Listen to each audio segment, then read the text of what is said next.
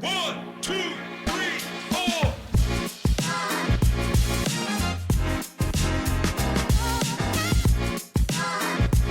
Welcome to Captive Conversations. I'm your host, Adam from Captive Wi-Fi. Join us as we dive into behind-the-scenes stories of hospitality leaders exploring tech, operations, and marketing through the eyes of the experts. Let's get the inside scoop together. Hello, everyone. This is episode 24 of Captive Conversations.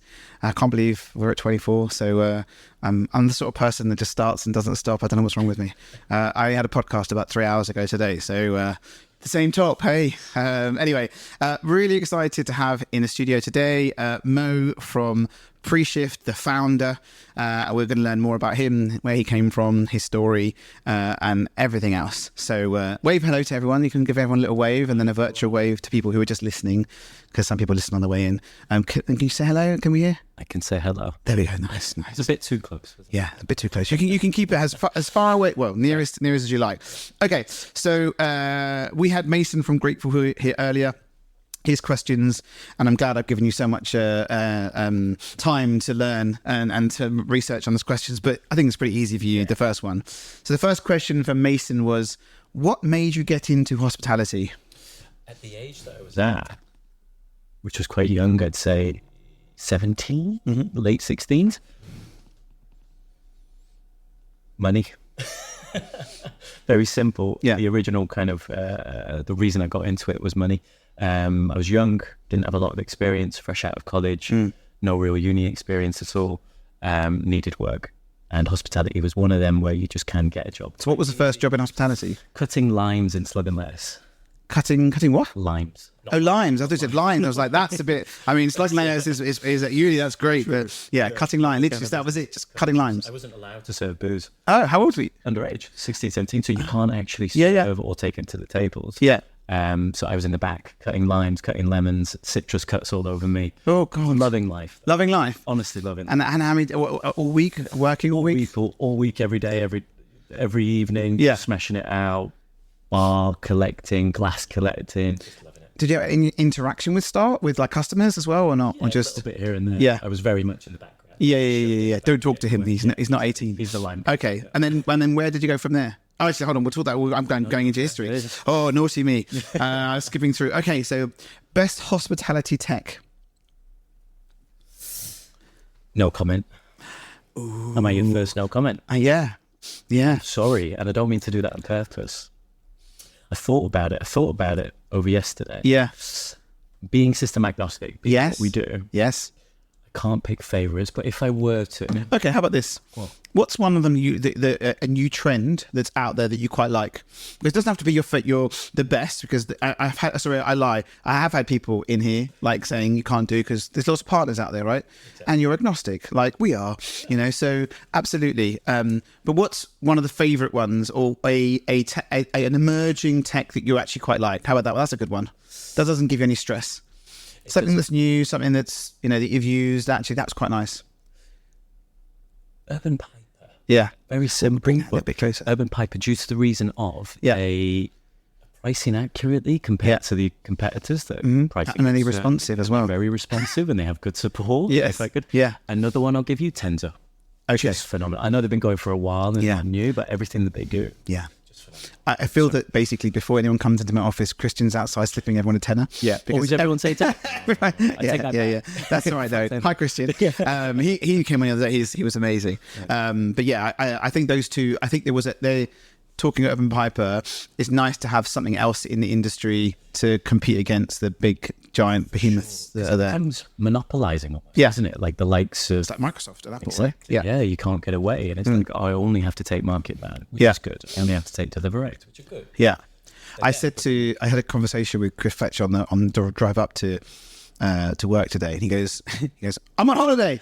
And I was like, sorry. And then I carried on talking, obviously, because I do.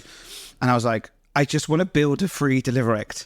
I just want to build it free for everyone. I want to give it to everyone and they can just pay for the cost of it. Can I do that? And he goes, that sounds a really good idea. I said, I haven't got time or the money to do it. But he goes, but obviously POS are going that way, right? So people are building it themselves. I'll give you one more. Open banking. Yes. I think we'll come to that. That is like when I was at Served Up, which we'll get to, Yeah. we started doing a bit of open banking. Yeah. There was one venue in particular that uptick was around 10% immediately from Yeah. the offset. And then we started a little bit of loyalty or rewarding customers to try and get on. Up 15, 20%. So people really engaged with the site. Yeah. Obviously, they don't understand why am I open my mobile bank. Yes. Now, like I just want to pay. It's very fast. It's very smooth. Obviously, it's great. And the rate's a lot less, right? Rate's insane. Yeah. I think we were charging, we were charging a fraction of a normal kind of, merchant provider fee and then our fee on top of that. It's pretty much free. Yeah, I think open banking is massive, and I think a lot more people are looking to adopt it. So Very much so. And I think we can talk about that. Okay, so we talked about your we talked from what made you get into hospitality, but we're going to go back in time in the beginning. So we touched on it slightly with your cutting limes, not lines. Not lines. There you go. Just to clarify. No. In the back, and then was that sort of out of college or uni or? Fresh out of college. Yeah. Fresh out of college. And what was college? College was back. It was bad. It was Alder Hill. Yeah. And what did you do? Rochdale. I did biology, chemistry, and IT. Okay. B's across the board. I was good in school. I just kind of got that. Well, you did better than me. I got a C and R, and that was it. Fair. Yeah. So I went to uni, but I found IT, and that was me. So, but B's not bad. Okay, yeah. B's not bad. I mean, now compared to now with like A stars, and we're all stuffed. They're coming for us. But then, okay. Yeah. Straight from there, I got a retail job, little jobs here and there. Yeah. And then went straight into it. A friend was working at Slug and Lettuce. It was like, hey, do you want to try it? Yeah. Absolutely. Let's try it. Let's give it a go. Gave it a go. No, you're fine. Gave it a go. Enjoyed it. Yeah. It was fun. Then started a job at Loot. Do you ever remember? I remember Loot. Facebook Marketplace. Yeah. Them. It was awesome. It was great. It was really Yeah, good. that's where I found. I'm really sad. Yeah. It's where I found the IT. They used loads of like IT things that were going on with like I think they're like auctions or something. Was it auctions? Yeah. I think it was. I had loads of IT auctions, and I'd go in and like get the stupidest deal from like this, half a gig of RAM or something like that. No, I don't. Something like stupid. Some random components. Yeah. I love building. Or I broke my brother's BBC Micro and fixed it with stuff from Loot. But Loot was beyond it before its time. Yeah, way fun. It's beyond its time. I think it was paper based originally. Yes. Paper based, and then online they were the first. Yeah. I'd say. And what a downfall. Yeah. For them. Yeah. But I was there for a little while as a sales SDR. Mm-hmm. And anyone that knows me listen to this. Sorry, just to clarify, because Lightspeed like to use and all the big companies could like to use those new names.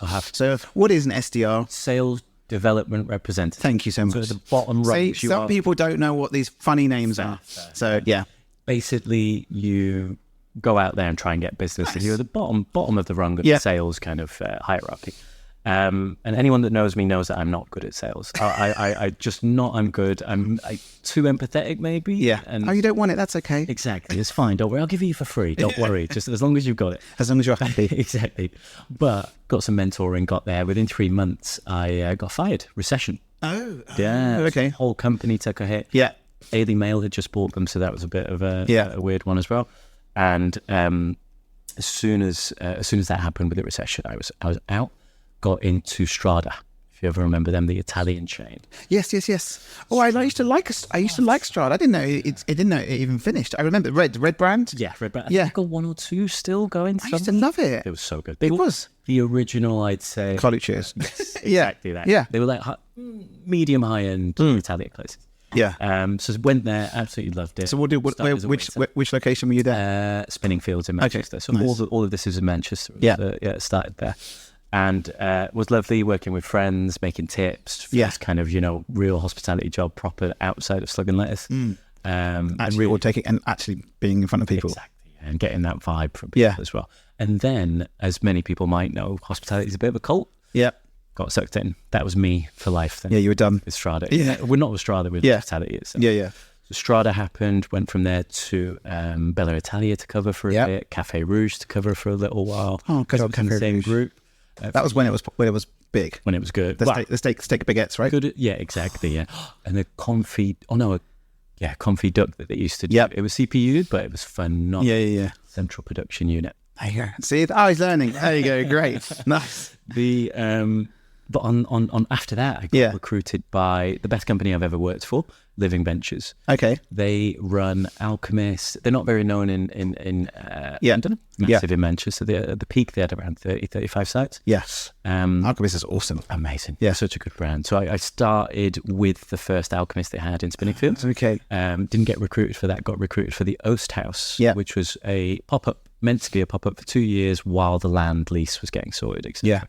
Yeah. Joined as management, built the place from the ground up. GM or? AGM. AGM, okay. Yep. With my GM, Elliot, who was amazing. Taught me a lot. Yeah.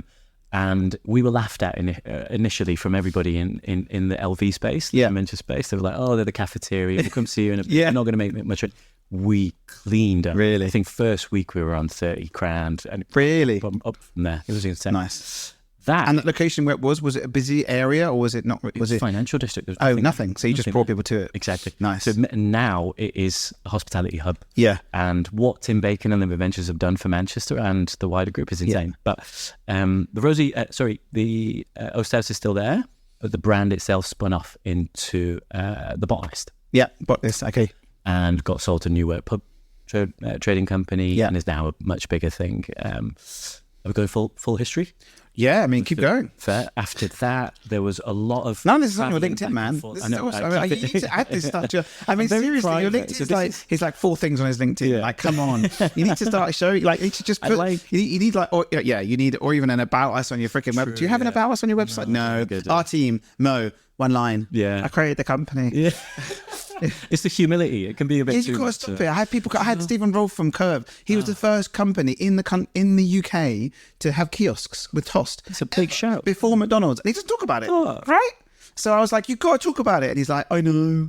And so I get people like you with like doing what you're doing. This is freaking awesome. So you listen to people. Anyway. Shout about it. But also, I think it's a part of me that I'm quite private, so my Instagram's not down, and it's only street photography stuff. It's me too. You know, so LinkedIn. I haven't posted on Facebook for a very long time, except for Captive. I deleted my Facebook. Did you? One of them. It's got rid. Yeah, I have some cousins that are in the middle of nowhere. That the only time I see what's going on.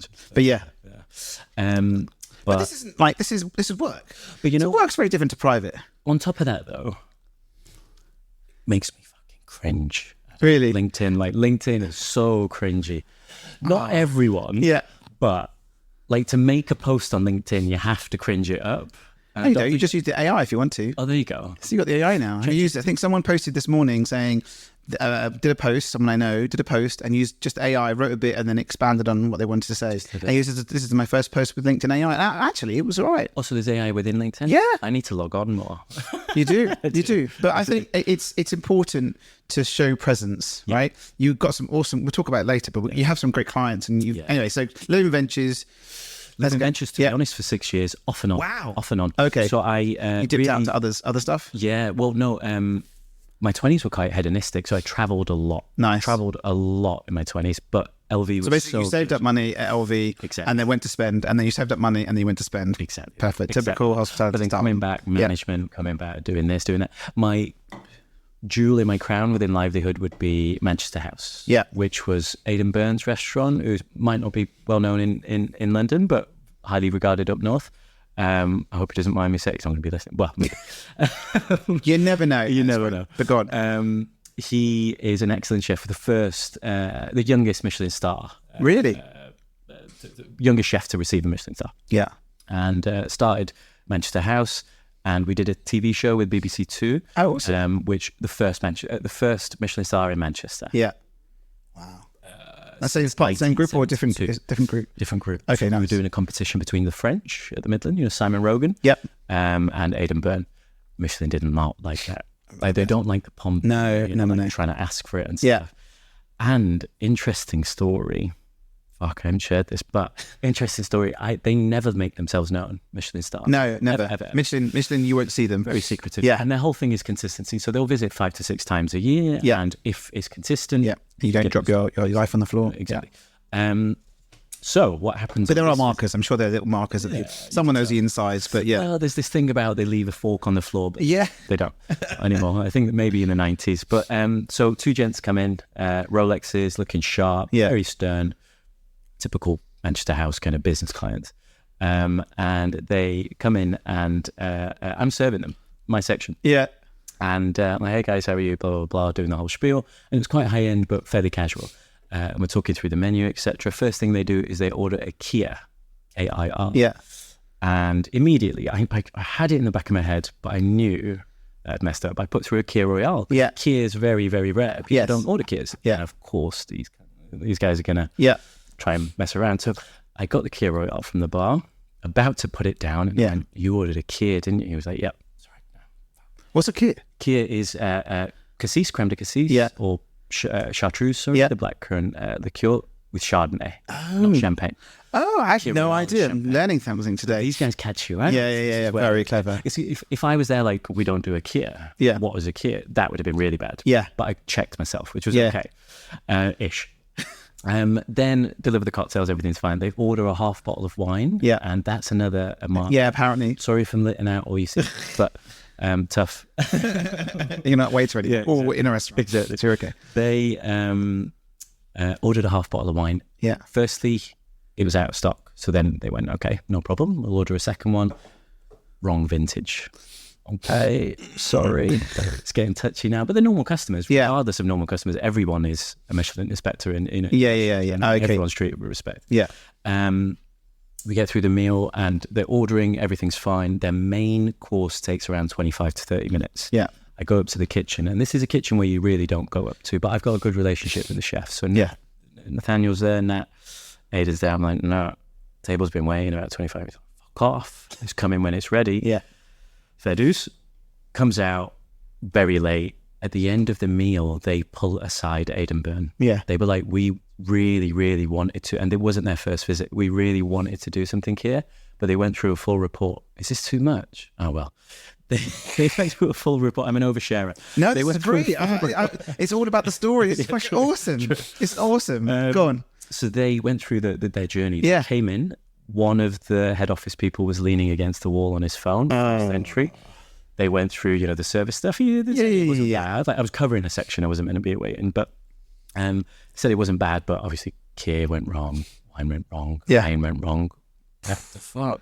So it was a real blow. And then we had to have a retrospective, like a little meeting afterwards. And I had to explain to everyone what it went through. Yeah. But Aidan was deflated. I'm sure. But look, they judge on consistency and we let it down. Oh. Yeah. We let so you got it? No, we didn't. Oh, you didn't get it? No. Shit. And then the French didn't get it either. Didn't they? Another restaurant. Okay, well, there you go. A couple of years down, another restaurant got it. Wow. By a chef who's... God, it's so difficult, isn't it? Very well deserved. So difficult. You got to be on all the time. You do. And it's very political. Yeah. I think it's not like there's certain 3 stars. Go on. I'm in gossip mode. Sketch does not deserve 3 stars. Yeah. I don't think so. Why are they having consistently 3 stars? Yeah. I don't agree that they should have. Certain Gordon Ramsay restaurants, I'm going to get hit by that. Certain Gordon Ramsay restaurants with their stars, like, do they deserve 2 stars consistently? Is service that good? Have I heard feedback where it's not? Absolutely. So there's politics in play. Yeah, I'm sure. There needs to be a new one. It's to get in line and wants to get in line, etc. You'll be the PreShift guy, not Michelin guy. Exactly. That's what you need. That's it. That's awesome. Okay, so that's a great experience going into that environment, and then because it's very different to general hospitality, right? It's a complete 180. Yeah. And then I guess you got to see all the different levels of service because that's proper up there. Okay, so from there? After that, went into management. So I lived in Melbourne for a little while. Oh, nice. So managed a few restaurants out there, but it was always, I never left Melbourne. I was on a working holiday visa, never took it seriously to live in Australia. Yeah. Big regret, if I'm honest. The life out there. I've still not made it to Australia, to be fair. I got to Bali as far as I got. One day. Lived there for a while, managed a few restaurants, and then came back and started consulting. Yeah. For friends, sorry. No, you're all good. Started consulting for friends, just opening restaurants, saying it wasn't officially consulting. It was like, hey, I'm opening a restaurant. Can you help? Yeah. Absolutely. I know someone who can help. Exactly. Yeah. And then managed a few places, moved into ops for a small group. Yeah. And then COVID took me out and was not on furlough. Unfortunately, this company fired everyone prior to furlough being announced and then did not take that back. Yeah. Which a lot of companies did. We didn't do that. We looked after our team. Yeah, exactly. And we looked after all our clients. But anyway. Look after your teams. Yes. And you said this. Very, very good that you did that. Absolutely love that you just gave them a Yeah, and they didn't charge. We literally took everything down to zero, unless they wanted to keep basics. Do you know what I mean? It's humanity, right? But then our landlords, I'm hearing, are clawing back rent. It's weird though as well, because there are loads of sites that are available now. So there's actually deals happening. There's some interesting deals happening now where they're realizing they've been. Yeah, GoPro's gone off. It's fine though, because it goes back on. You see, we just press the button, but that's not the main camera, so we're okay. But thank you for letting me know. It's me, so I feel like it's directed to you. Yeah, I never use that, but it's there with a little thingy. Sorry everyone. I digress. But I was talking to some clients today, and they were like, "Oh yeah, we are looking for sites. We're interested in this and blah blah blah," and they were like, we're speaking to agents, and actually there is some good deals available depending on who you speak to and what agents are out there. So, and it's nice to see the independent brands finding those sites 100%, rather than the chains that they used to, because they used to give it to them, right? Just give it to anyone, yeah. And I got enough tangent, but I think they're doing something similar on Oxford Road, Oxford Street. Yeah, so I think the Crown Court doesn't want I think they were doing a deal. I don't remember the article, but they were doing something where they want independents in, and they'll help bring independents in, whether it be retail or hospitality. With Oxford Street and Regent Street, not the same freaking sweet shops, phone shops, and like the sweet shops. My friend saw a white van offload dodgy stuff coming out of this, literally straight, and then on to the next sweet shop. But they want to get rid of all the sweet shops and turn it in because 100%. Imagine it. Anywho, where were we? So we moved into Ops and then moved to London. Manchester, I had a good year during COVID. So during what did you do during COVID? Fuck all. Nothing. Absolutely. Just enjoyed life. I'm in the best shape I've ever been to. Working out at home, eating well, just like really looking after myself. Yeah, you were like my friends who were like, "Do you want to go for a walk?" And I'm like, "I'm working." What do you mean I'm working? Aren't you on furlough? No, I'm working. So it's mad. I luckily had a bit saved up. Well done. Just took some time off, and then so then after COVID you moved to London. After COVID moved mid COVID. Yeah. So you got a good deal then. Yeah. You're like not a bad deal actually. Oh. They messed me around when our friend Boris Johnson announced that everything was open and Eat Out to Help Out was happening. I think so. It was straight after that. Moved to London, everything was fine, and then that Christmas I think they shut it down again. It was like you're only allowed to drink outside again. So I got hired to run a pub for a nice pub group in Islington, and it was a beautiful pub, absolutely gorgeous. Things didn't work out, but that happened again with the kind of where am I going now? Sorry, so I left that job. Yeah, then got hired by. Wait, where's the timeline? What happened? Oh, here we go. Am I losing you? Came to London, got a bad deal. Eat Out to Help Out. Started that job, then left that job. What did I start after that? Yes. Then I went over to the dark side. Ooh. That was the point. I went over to the dark side. Nope, I didn't go over to the dark side yet. Sorry. I went into ops for a smaller group. Yeah. So we opened 2 restaurants, the Red Duck in Balham and Bamia in Clapham. Yeah. Northcote Road, Battersea. Both incredible restaurants. Andrea, Chi, unbelievable people. Rocker. Oh, nice. What's the big one? Duck and Rice. Yes. P-Day, all of that stuff. So really, really smart good pedigree. People, very, very good pedigree, and learn an obscene amount from them people. And I need to text Andrea back. Sorry, Andrea, I'll cancel that. And you would have texted back before this comes out, so it's okay. Maybe I haven't texted back, but I will. And then the dark side. Dark side. So they essentially Omicron hit us hard. So Bamia had to close. It was tough. Yeah. To open a restaurant in COVID, absolute hell. Yes. Labour was going through the roof. Patrick, who's with PreShift now, was doing incredible things with food, and the investors were so happy, but just money, just Omicron. There was one day when it was announced, and I still remember the video. I still have the video. I made a video of Northcote Road, and it was fucking empty. Dead.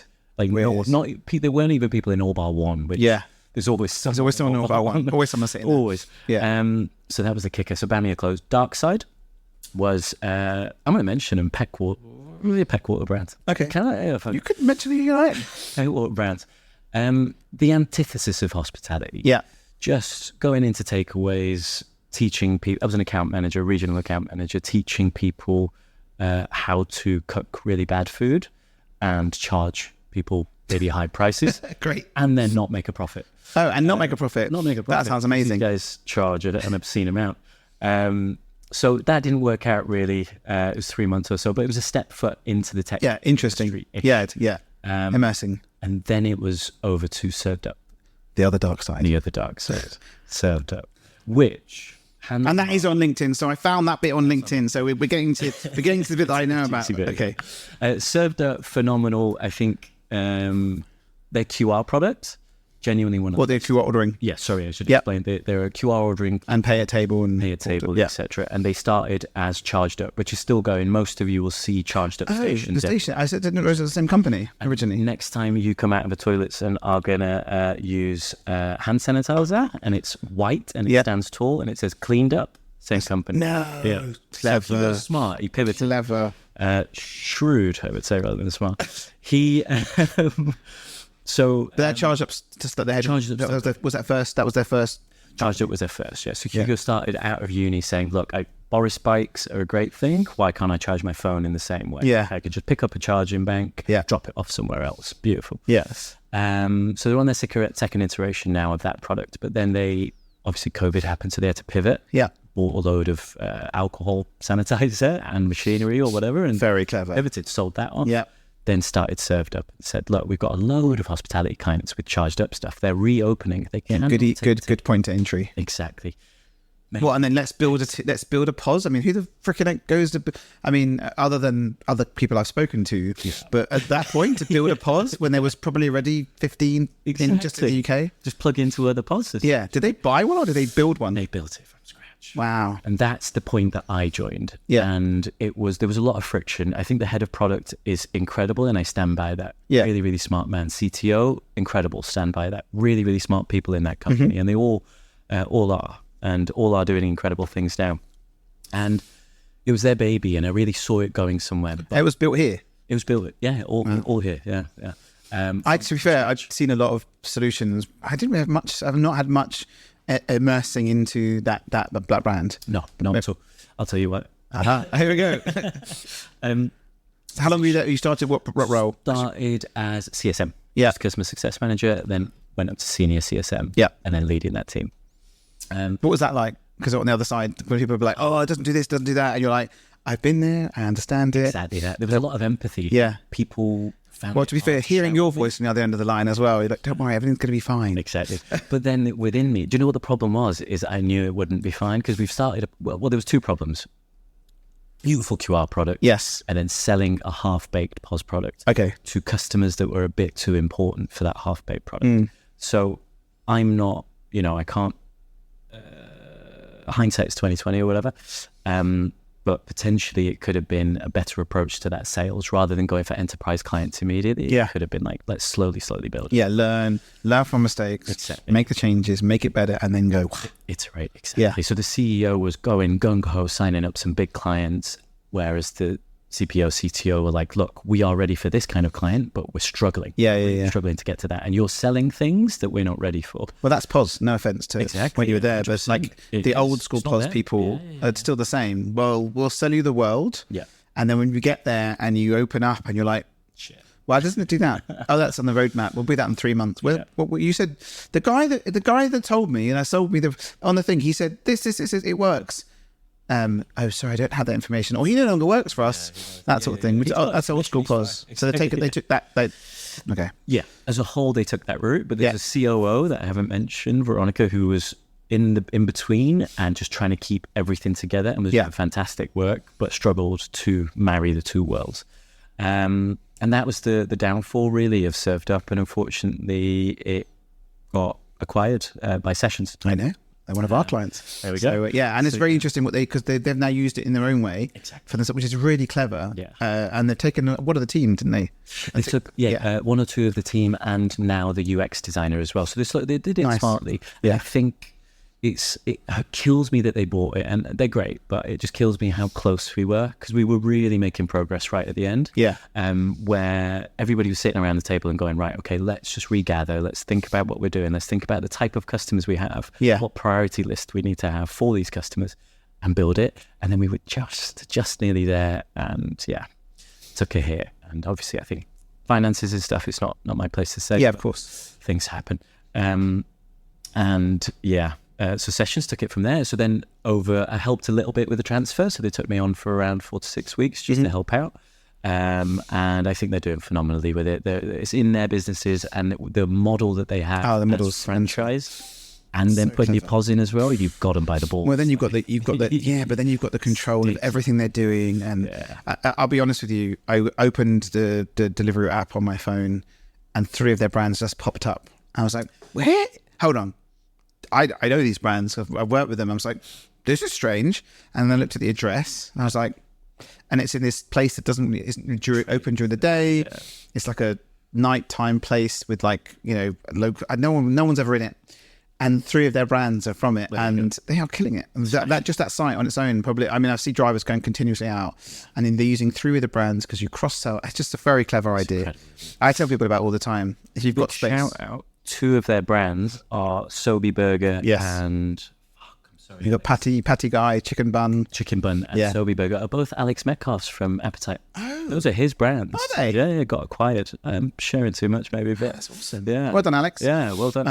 And that's the Sobe Burger is a top-selling brand across the. Sobe is good. It's good food. There was I think they were in Pop Brixton. They had a proper site in Pop Brixton for a bit.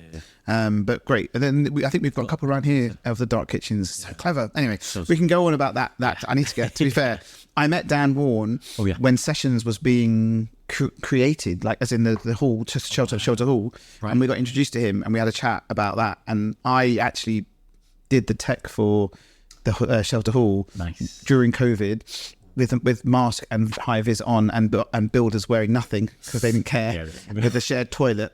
And I went in, installed everything, and they had Sum Up or Goodhill back then, and Goodhill asked me to do the install. So, and it was amazing. Literally, they had like MDF tables. So half of it had been built. The bar had been built, and the pizza oven area had been built, and everything else was just literally MDF tables. Oh my God. And they opened like that, and they had and they had like shelters with it was amazing. They did such a good job to open during that, and they were the only people, because Goodhill had just released the order at table because you couldn't go up to speak to anyone. And I remember that was mental. Driving up to Brighton, I was like holding my breath driving to Brighton. So that was amazing. Peak COVID times, literally, it was. I think it was mental. But they did a really good job to open in the conditions they had. They really did. So I give them big props. Big props.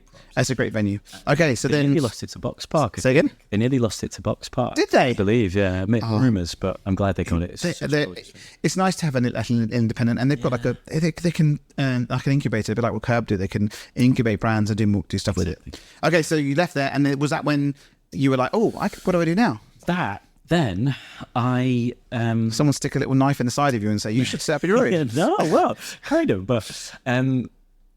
close your ears, Hugo, but Hugo's CEO of Served Up, we were told to just go on, leave, turn on your out of office, etc. It just didn't sit right with me, and I give a shit about customers genuinely, and I'm not just saying that, I really care. Yeah. And I shared my personal number with a few of them, where I was like, look, you're going through some shit, you need your card readers changed and stuff, I know stuff's going to come up, the only person you're going to be able to speak to is an amazing support person, but they're in the Philippines, so they're not going to be able to be hands-on. Yeah. If you need anything, just give me a shout. Nice. I don't mind. I'm not, not doing anything right now.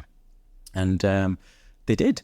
And it was Birdhouse. Oh, hello. Nice. Massive props to Will Fuller and Fraser Timmerman. Their venues are awesome. Unbelievable. And their story is incredible as well. I think they started with a very small kind of loan with pop-up. Oh, really? And now they have 4 venues. What's the one with the side thing with the Hawk's Nest? Oh my God! They've got Skylark. They need to talk more about that, because the whole story behind what they did and what they started with and how they expanded, it's not even not talked about. It was an alleyway. Yes. Now they've turned it. I would say it's now an institution. Yeah. I would say in that area is the go-to place for having drinks, for having It's amazing really cool. And what they've done with the freaking that alleyway is... Well, I think it's a joint effort from Shepherd's Bush Market as well, because they're development. And they want to make the area more attractive. Well, there's no way they've done it already, haven't they? Exactly. Yeah. So, so they were the first. So I went in to help them at Peckham. And so they had Served Up. They had Served Up. Yeah. Sorry, they were Served Up client now. Yeah. And I was their account manager.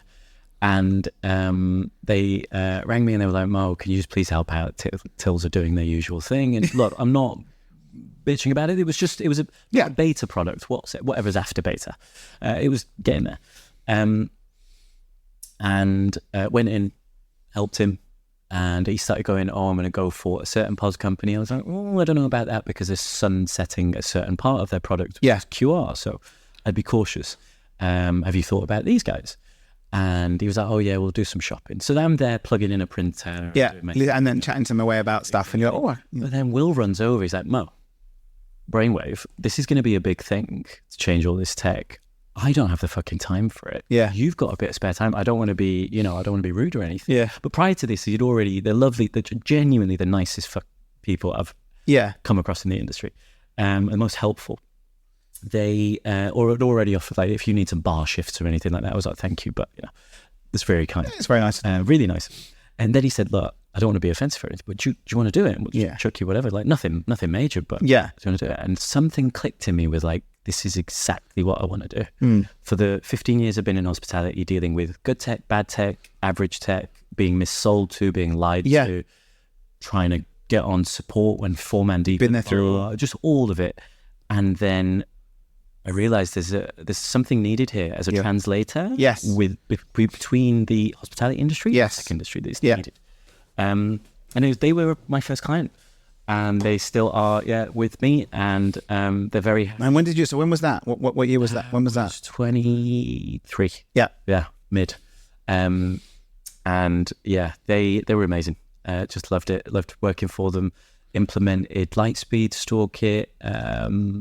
They're so caring of their staff. And I think they come from a background that is as well. So one of them's from Soho House. Fraser's from Incipia. So they have strong great backgrounds. So they treat their staff well. Most importantly, I think people miss that in hospitality is they are your everything, your staff, because they treat your guests. Yeah, like absolutely. And then that's the brand, isn't it? You might keep that brand. Exactly.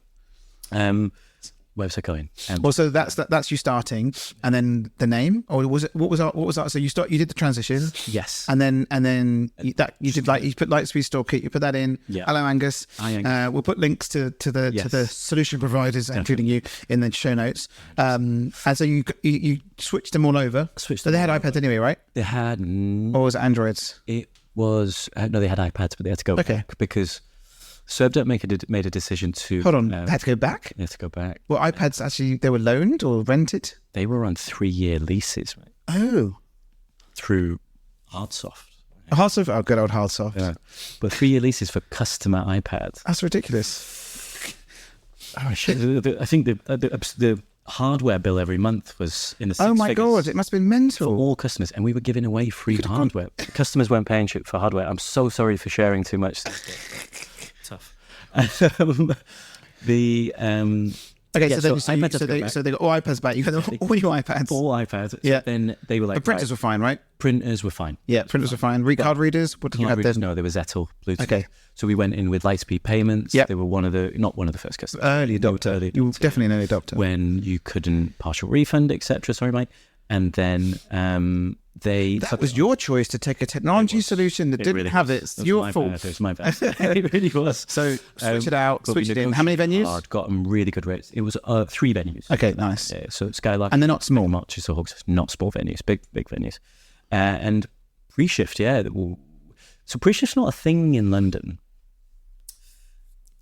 What it is, and the amount of times I mistype it as PreShift, like a lot.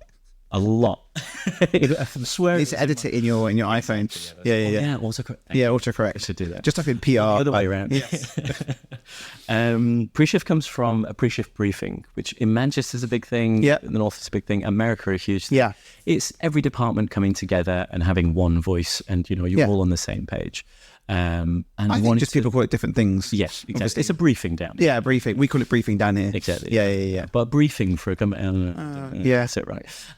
But the blog I might call the briefing within PreShift. Yeah. So the idea was the same with technology, bringing everything under one umbrella. So the goal is, I'm not selling PreShift here, but the goal is to have a product that kind of ties everything together, one platform that you can see everything, not Tenzo-esque, different. With employee data in there. Okay, supervisor level, you have this access, you've got these reservations in. KP comes in, they've got a prep list of a certain kind. Goal is to have all under one umbrella, because there's 2 options, right? You can go all in one, or you can go tech stack. Yes. Managing a tech stack, spicy. Yeah. 15 dashboards open, Right. right? Yeah. So I want to solve that problem to a certain degree. And we're doing it manually right now with all support comes to one place. Yes. You know, kind of account management as well. Yeah, yeah, yeah. Comes to one place. Customer success on steroids, kind of what Elliot Twice Baked did and took inspiration from him, really. Yeah. And how phenomenal his business is. But an interesting thing is touching on that. 5 years ago, there was just like a couple of consultants that were just available. Yeah.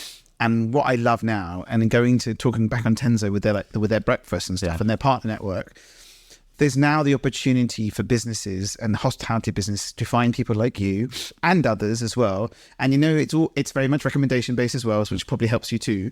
But I love that there's someone to call. Yeah. When I'm doing this project, and sometimes you get through someone, you'll go to POS and POS will be like, well, yeah, we don't do that. Yeah. But now they can go, actually, we know someone who can. So that's really nice to have someone to go in and go, hold on, but we want to do this, but we need this stock control. I haven't got time. And no one's got time. Exactly. So I think that's a nice piece. Thankfully nowadays, and what you're doing and building your team, you're allowing people to get on with their business, and then you sort of take care of the rest. Exactly that. And I think that's where hopefully Willem Fraser and Birdhouse especially have benefited most, because they haven't had to worry about tech since I've been with them. Nice. Like, not once. Maybe a tech story there is like, what's going on here? This report looks a bit inaccurate. Yeah. Can you look at it? Instead of going in, looking at it, contacting Lightspeed, contacting StoreKit. Yeah. Even on shift, if you're on the bar and an order hasn't come through from a provider or a partner, and then you contact that partner and they're like, oh no, it's the other partner. And then they go, oh no, it might be your Wi-Fi. Do you mean the passing of blame? Because exactly. I've been there. Yeah. And you probably get the brunt of it. Yeah. But to be fair, POS companies are scared of us, because what happens is, like we know the POS. Exactly. So we go in and go, this works, that's happened, that printer's working fine, that order's come through, and they go, oh shit. Yeah. Oh yeah, sorry, that service isn't running on the server, so we'll go fix it for you. But thanks for letting us know. Yeah. So other than what would normally happen is that the blame would be passed. You'd go to IT and IT would say, not us. Deflect. Yeah, I've been shouted at by POS companies before. This is years ago, but they literally, you don't know what you're talking about. And then half an hour later, you called about this. Yeah, you were right. Magic. But at least you had to say that. But okay, nice. So yeah, but funneling it all the operational stuff, because sometimes POS is hard. Sometimes some POSs are easier, but onboarding's hard. If you choose to self-onboard, which is because the POS company might give you a price to onboard, and if you choose self onboard, then people really get stuck because I can do this. Yeah, and then halfway through they're like, shit. Yeah. So that's the biggest thing is, I think, because Mike says it and I've stolen it from him, is good tech implemented badly is bad tech. Yeah. Mike Enslin from Lightspeed. And it's very true. Whether it's sold by the POS company or whether they do it themselves, I think there's a marginal difference, because the POS company, depending on the POS company, their implementation team, might not know the business as well, might not do it in person, might prefer remote calls, a certain cadence. They've got other businesses to deal with, etc. So then you end up with, actually, to be honest, the worst case scenario is doing it yourself, because you give up halfway through. You're like, oh, let's doing the basics. Yeah. I'll be right. Well, I'll go back to that. It'll be that, and then opening. You're in spreadsheets again. Yeah, because you didn't set up your tills properly. Yeah, we didn't link to the POS properly. The inventory. Well, you haven't got printers set up right. Exactly. Printers are down, but I did it myself, and it's bollocks, because the IP's changed from whatever to whatever. Not if you're using MAC addresses. Anyway, let's not go into tech. But okay, fine. So then, so the word PreShift comes from that PreShift meeting, basically. Exactly, yeah. That PreShift meeting and I just really value that. I was thought of that previously here. Was it when you said, because it's sorry to say, it's a freaking awesome name. It's a good name. And it's a great name. And I wouldn't even thought about it. And then when I talk to people about it, I'm like, they do this, and this is the name of the brand because of blah blah blah blah, and they're like, that makes sense. Yeah, it's like it's a name that makes sense. It does. Do you know what I mean? Like I call it a Ron Seal type in it. Some other businesses in the past. It does what it says on the tin. Exactly. Yeah, it does what it says on the tin. That's what you should say on the website. Nice. So that's where it. So it's just started with you. Just started with me, and then the Philippines team. Say again? A small team in the Philippines. Okay. Big shout out to you.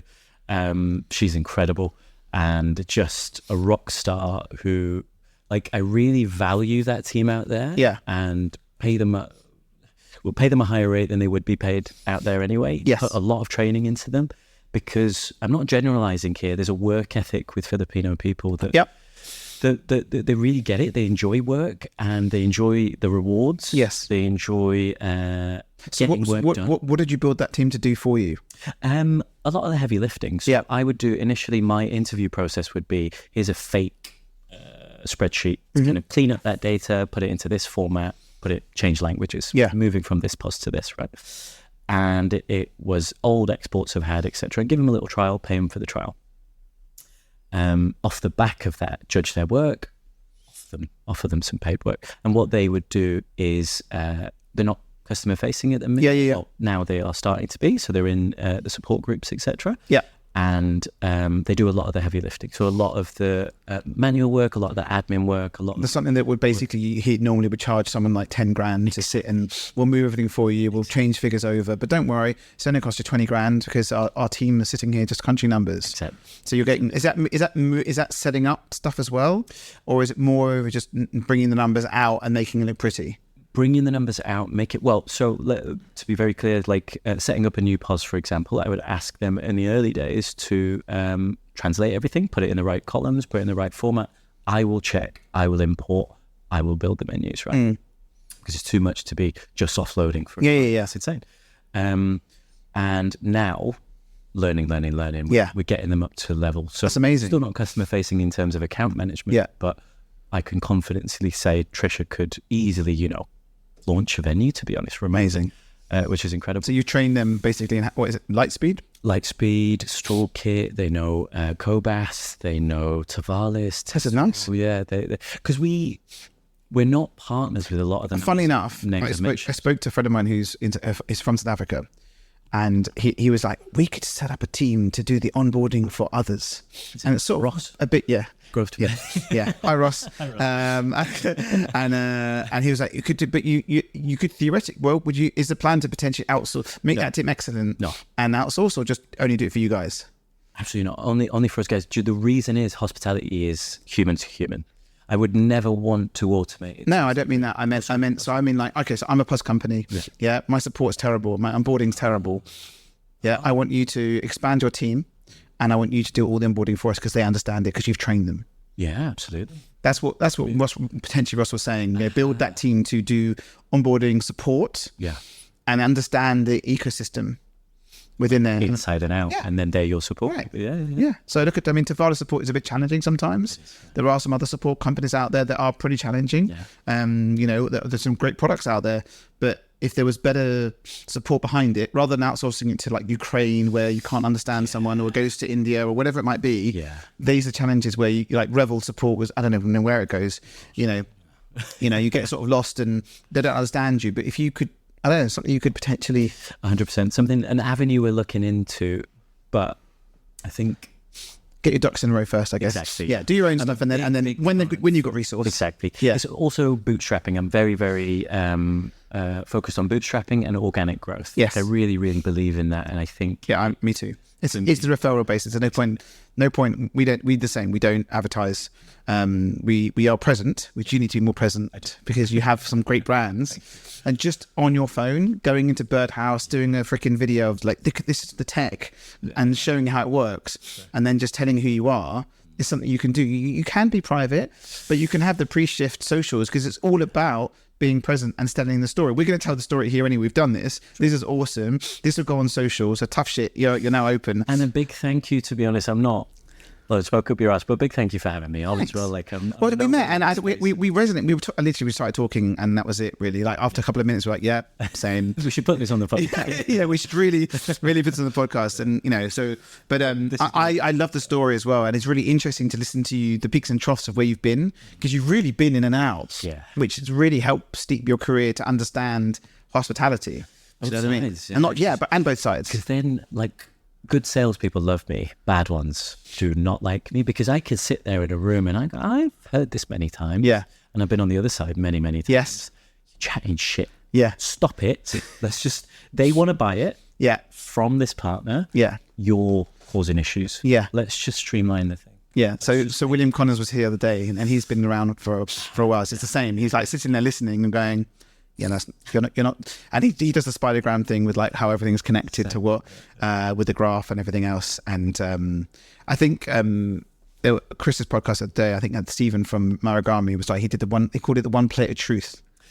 Okay. Which I really like as well. And and I guess we could see you in the meetings with those companies, leading those meetings between all those partners. So I do the opposite. Well, it depends on the client. Yeah, of course. So the bigger ones would do that. I'm not talking about the smaller ones. You'd be surprised, the bigger ones. So a recent big one, we're like, look, you just handle the sales process. Tell me what is right for me, and then I'll get into secondary calls, tertiary. Okay, nice. I meant if they're already a client and then you've got a challenge, so everyone sits down in a round table of, right, this is the challenges we have. Yeah. This is what we want to achieve, and so on. So I was one recently where you had like Tenzo, Lightspeed, Choice Baked. You had like a lot of different people in there all talking to each other. And that was really nice. Yeah. That's rare to have it's for bigger brands to have it, but smaller brands don't have that. But that's really nice. So they put the trust in you to say, right, we'll go for it. Yes. And then when it comes to you filter out the shit. Exactly. Which is filter through it. And then a lot of sales calls, I'll just sit in the background quiet, and then after. And then what red buzzer?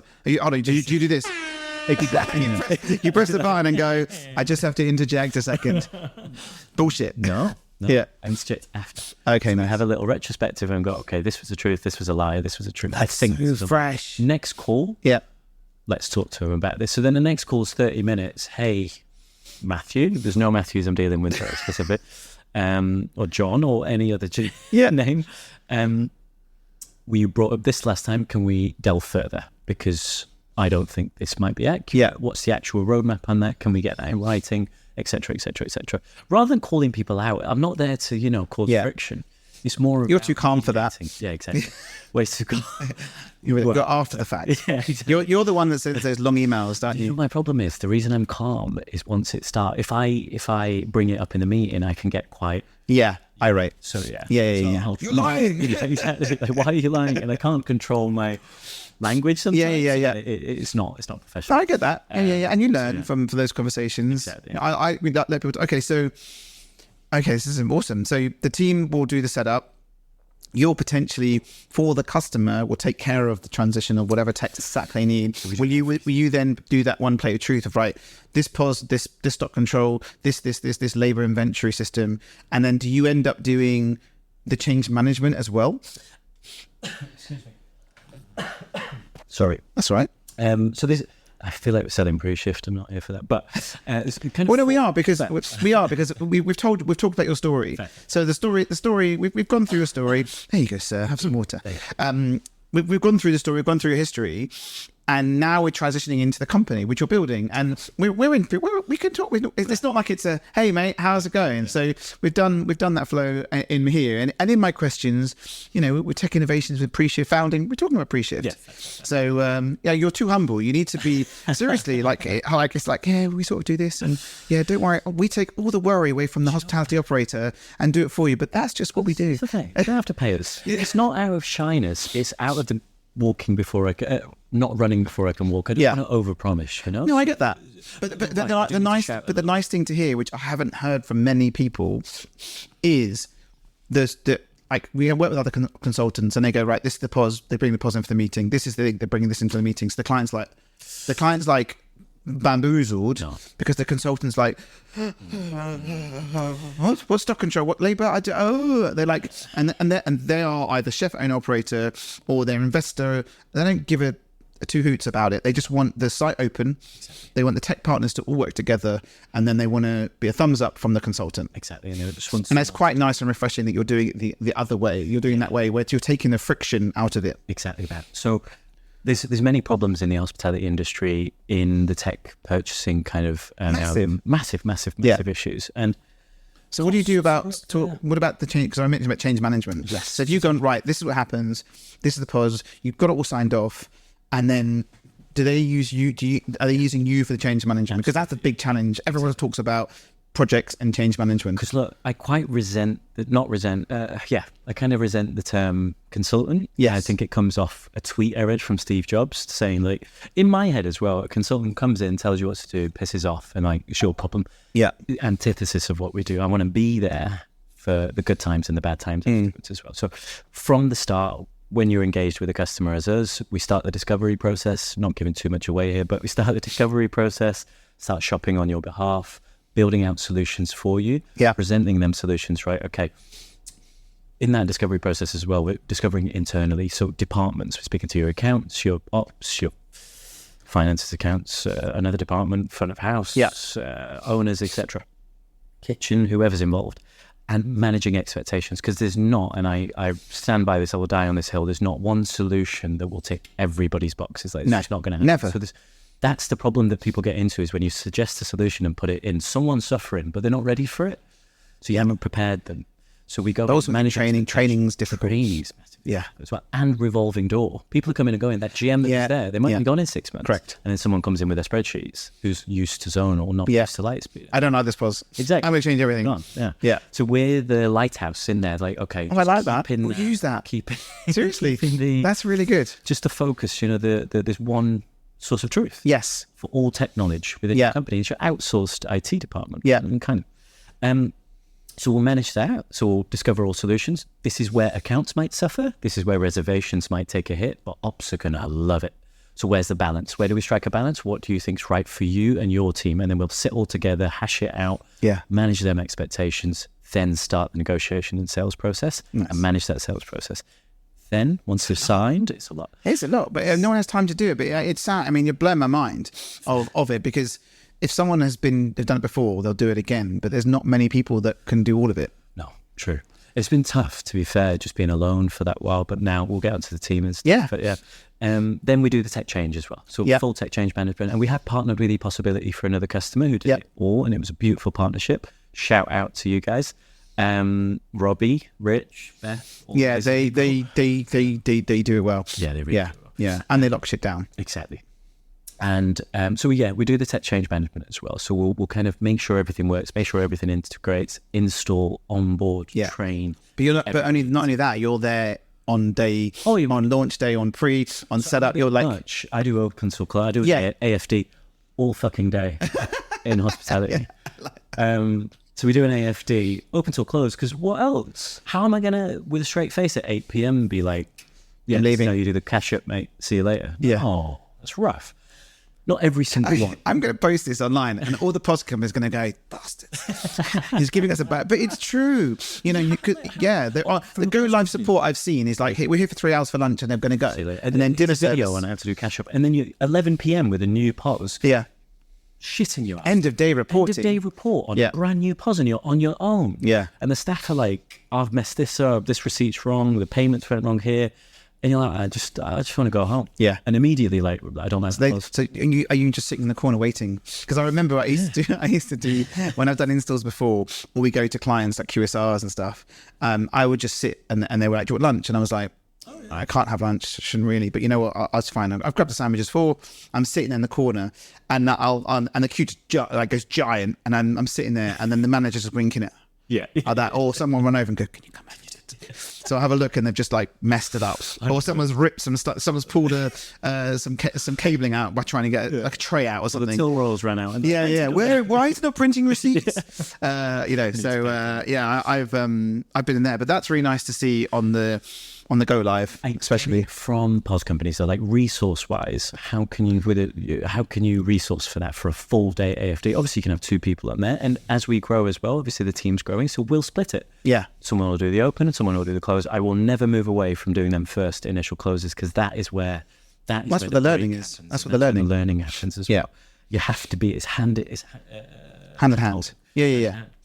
And hospitality, we're not going to sit and watch a fucking video. It's just not going to happen. Okay, so let's move on to the growth of the company. Yes. So that's recent?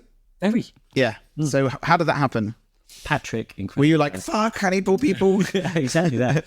And I'm the kind of person, so all my customers are on 30-month rolling contract. I'm not selling PreShift there. I'm saying 30 day. 30 day. Jesus Christ, imagine a thing. 30 month. I was like, Jesus. Serious contract. Yeah. I was like, lucky you. Purely for the reason of, if you want to work with me, I want to work with you. I like that. And it's not the same but it leads me into the team. People I want to work with. Yeah, but I think the trust in hospitality is there Yeah. as well. So they have the opportunity to go if they want to go. Exactly. Yeah. Exactly that. So the team came about. Patrick has been with us for about 5 months now. Yeah. Doing other stuff on the side, just helping out as much as he can. So he was really doing some stuff with you. Exactly, yeah. Yeah. And he's head of F&B. So we do other projects outside of it as well, which sort of surround ancillary services. Yeah. So, for example, for a client now, we're looking at a CPU, Oh, nice. central production unit, I think. Yeah, CPU. Yeah. And so we do like menu development as well, if very ancillary, like if they want it. So he's leading that side of the project and the inventory side Yeah. of projects as well, because he loves that side of it. Yeah. Really, really enjoys the food side of it. So he's been with us for a little while. Jacques, who left hospitality, moved into IT and is looking for an opportunity, really. So he's sort of part-time. Nice. At the minute. And then Andrew, the shining jewel in my crown, is ex-Oaxaca, Gales, Byron, etc. Patrick. He's the one you ex- stick up front. That's why you put him up front. Exactly. Yeah. He didn't do that slide deck, by the way. That's why he was reading it. He was like, I'll do the presenting. Yeah. Just tell me what to say. But he's fantastic. And Patrick also from a very strong background of really nice restaurants. Like he's in with like Fergus Henderson and worked with like really nice independent restaurants. Genuinely the best chef I've ever worked with. A person from Dubai flew over and tried his falafel as it was an investor in a previous restaurant, and he said, Palestinian fella, he said the best falafel he's ever tried. So what's his role? Who? Patrick. Yeah. Head of F&B. Okay. So he looks after all the inventory and the food side. Nice. So you're doing food development as well now? Exactly. In there. So that's expanding the breadth of what you do. Exactly. Nice. The main focus will always be tech, but Yes. if a client wants something, we don't want to water it down too much, but if we have... But does he do other stuff as well? Yeah. So he helps with everything because he's probably operational as well a little bit, no? Oh, yeah, very much so. Yeah. He was a head chef for many, many years. Yeah. He knows the industry inside and out. Yeah. Andrew came in as... he was actually a client in a company. Yeah. One of my clients. And left, things changed, wanted to move on. And I took the opportunity. I was like, Andrew, you've got to, and he loves tech so much, and he actually gets it as well. Nice. He's from a background of implementing hospitality tech and also IT in the past as well. Nice. Big companies as well, and brings an operational brain that I don't have. My ops roles were 2 to 3 sites, like very. Yeah. His for 20, 25, Oh, amazing. 75 actually. Really? With Byron. So the breadth of knowledge that he brings and where we are right now, I'm very, very excited, to be honest. Yes. As to how the next quarter's looking, how 2025 is going to look with these people with incredible brains that actually care about customers, that get what PreShift wants to do, take that stress away from operators. It's a killer. I speak to people all the time and operators, and the one key indicator for every customer that's in the smaller ones is I don't have time. I don't have time. Like I went to a client down the road from here, and the GM's gone. She's taken over, and she's like, I'm ripping everything. Like literally. And so the first meeting was for IT side. She goes, come in. First it was the email. We don't need you anymore. And I was like, look, let's come over. Let me come in and have a chat. And she goes, oh no, we do need you. I get it now. But can we? What do we do for this? What do we do for that? Because the other guy was not telling anyone. Oh. We sat down and we just went through it all, and they're a Lightspeed customer as well. I love it. And it was really interesting to have a chat and have the conversation and so on. So I think it's really interesting to see what you do with that and also help them more because no one's. She said, "I am here, AFD," and it's stressful. It's so stressful because there's a small team. You've got your day job. You've got your operation. Yeah, their job is to make money. Exactly. Yeah. You're not, and to be honest, that's how people lose jobs as well. If you're not an expert in that field and you bring in a bad pause and make a bad decision, you're next on the line. Yeah. Because you've got other stuff to deal with. You've got plumbing issues. Yes. You've got cakes that haven't turned up and a staff member's just... Yeah, it was like marketing as well. Marketing, Vixel from Daytalk said to me that, I said the other day, not to me, that the biggest thing marketers do is stick a toilet sign on the door that says we're out of order. Yeah. But the same with operators as well. There's so much to do on a daily basis. If you can help with just part of it, it takes them off their shoulders. Exactly. So, and I guess for you, it's similar to us. The more you can make them operationally sound, the more money they'll make because they'll bring more customers, the more staff they'll keep, and the more sites they open. Exactly that. And that's our thought process as well. Definitely that. Amazing. And the opposite of that is smaller businesses getting hoodwinked by Yes. early POS companies, etc., where it's the cornerstone, it's the bedrock of your business. And to not have something solid, honestly, with such slim margins in hospitality as they are, so many variables, not having your foundation right.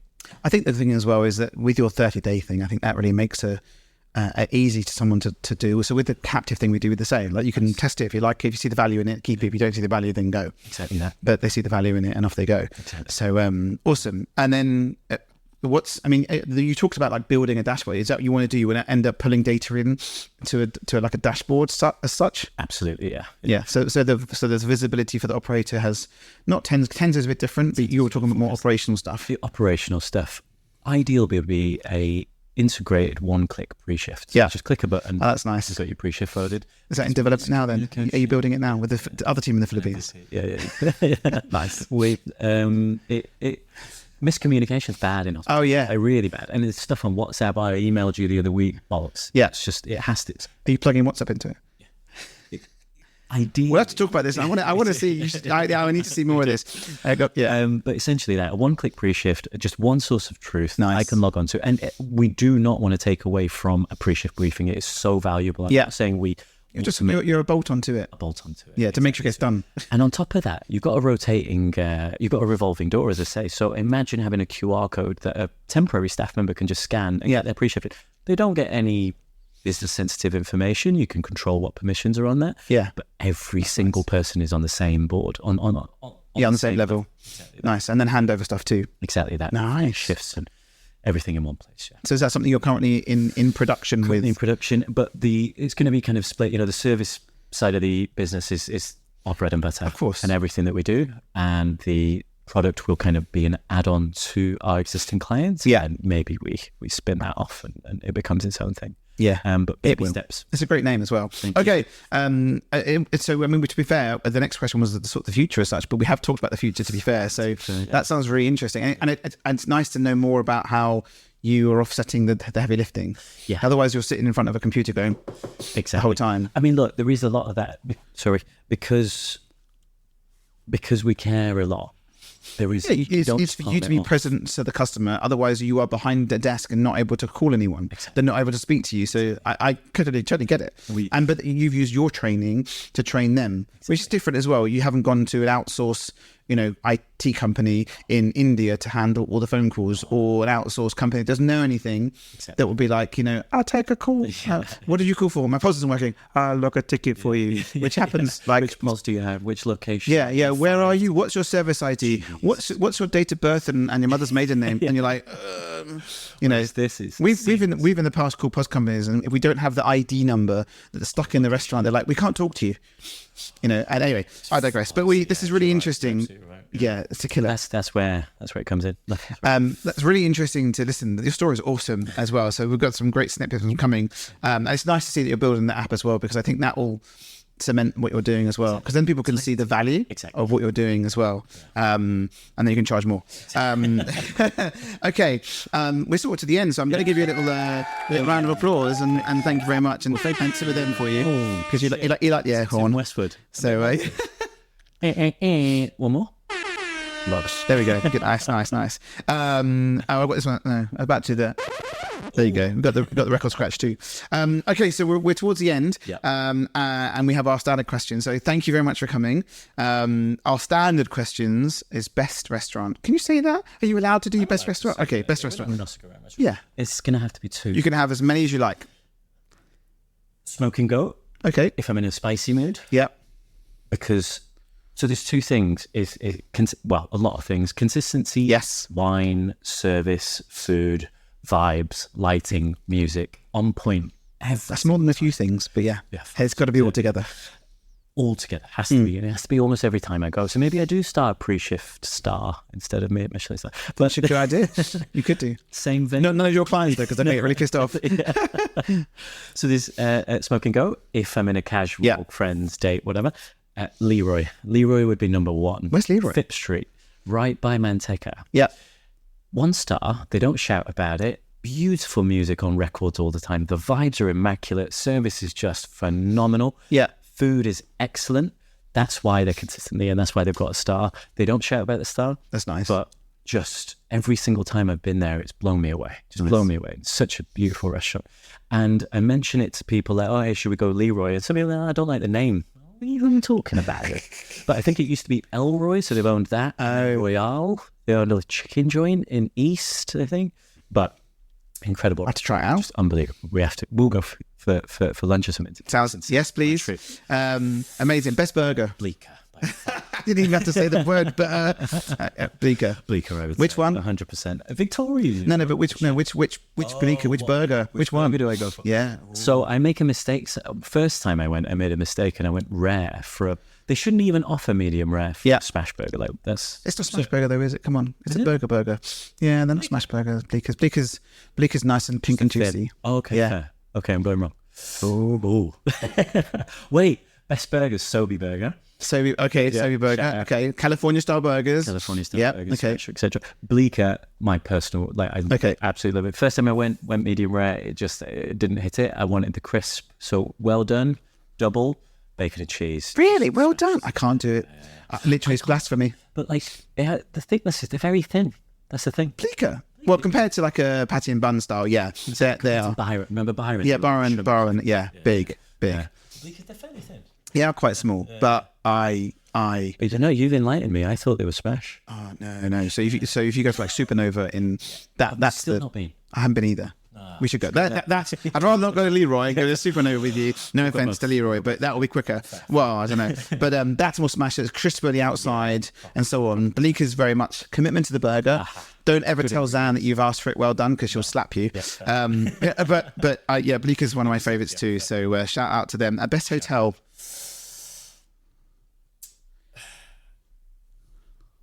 Hotel. Could be anywhere. One, the Le Méridien in Cambodia, Angkor Wat, near the big temples and stuff. They have built their pool, and just because of the pool, they built their pool to resemble the temple. Oh wow! It is unreal. If anybody listens, give it a Google. It's insane. So I'll put it in the show notes. Around ruins almost. Oh, in awesome! The pool, there's like different sections and fountains. Unbelievable. Yeah, it's 5-star. I'm not showing off, but cheap because it's Cambodia. Second one would be, and why am I doing 2 for everything? You could do 2 substitutes. Is a little private island off of Koh Samui in Thailand. I didn't know. This is back in 2000 and God knows, 12, 13. 80 quid a night. Yeah. Do you remember the island name? Front Villa. I will get it and I'll text it to you. But perfect. Koh something. Yeah. Right at the bottom, and they've changed the name of the hotel, but it's still the same operators. Yeah. And a private island. You can go pick coconuts. There's one coconut hut. Yeah. And 80 quid a night for On the beach. Yeah. Private villa with a swimming pool. Unbelievable. I have been to Thailand. I've not been to Koh Samui for a bit, but when I was in Thailand about 6 years ago, we took a boat and we went to this island called Ratcha, Koh Ratcha, or Ratcha Island. And I mean, we got off our little boat and there was like 6 of us, 7 of us, got off, walked down the little thingy, and literally a Bugatti sort of like a freaking, it was made by Bugatti, but it was a freaking speedboat, just literally went, and they came off dripping in diamonds, and we're like, we're in the wrong island. Is this the right island? And I think I'm in my kids start playing in the sand. These like really rich people come off and go on, but that island was beautiful. And you had, in the hills, you had the hostels, in the hills of the same island. Proper mix. Yeah, and then on the beach you had the high end, but yeah, Thailand's my favourite place to go. So food as well. Yeah, it is awesome. It is insane. I favourite place to go. I could live there if the time zone wasn't so bad. Okay, we're coming to the end, so I'll give you that again. We now have 2 questions for the next guest. I'm not going to tell you this one, so I don't know. To be fair, I'd have to look at my calendar. I don't know who's in next. So it's either operator, marketer.